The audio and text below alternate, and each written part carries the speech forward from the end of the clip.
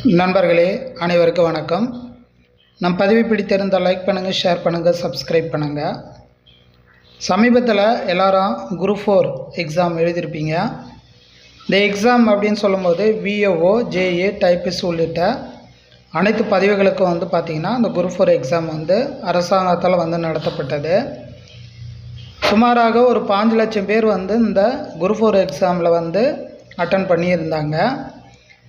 இந்த VAO, JA, டைப்பிஸ்ட்டுக்கெலாம் எவ்வளோ மதிப்பெண்கள் இருந்தால் வேலை கிடைக்கும் அப்படின்ற மாதிரி தான் இந்த பதிவில் குறிப்பாக எக்ஸ்பெக்டடாக தான் பார்க்க போகிறோம், அதிகாரப்பூர்வமாக பார்க்க போகிறதில்ல. நண்பர்களே, விஏஓ அப்படின்னு சொல்லும்போது கண்டிப்பாக காம்படிஷன் அதிகமாக இருக்கும்.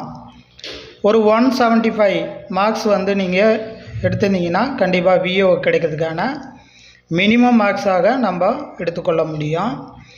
அடுத்து ஜேஏ, ஜூனியர் அசிஸ்டண்ட்டு, டைப்பிஸ்ட்டு, இதெல்லாம் வழக்கம் போல் தான் ஒரு 165, 160 இந்த லெவலில் நீங்கள் வினாக்கள் சரியாக விடையளிச்சிருந்தீங்கன்னா கண்டிப்பாக உங்களுக்கு வேலைவாய்ப்பு மிக அதிகம். அதேமாதிரி வேக்கன்சி அதிகரிக்குமானா கண்டிப்பாக அதிகரிக்கும். தற்போது வரை அதை பற்றியான ஒரு அறிவிப்பு எதுவும் இல்லை. அது மாதிரி அதிகரித்தாங்கன்னா கண்டிப்பாக நமக்கு அதிகாரப்பூர்வமாகவே அவங்களுடைய வெப்சைட்லேயே கொடுப்பாங்க, நம்ம பார்த்து தெரிஞ்சுக்கலாம். மீண்டும் அடுத்த ஒரு பதிவில் பார்க்கலாம். நன்றி, வணக்கம்.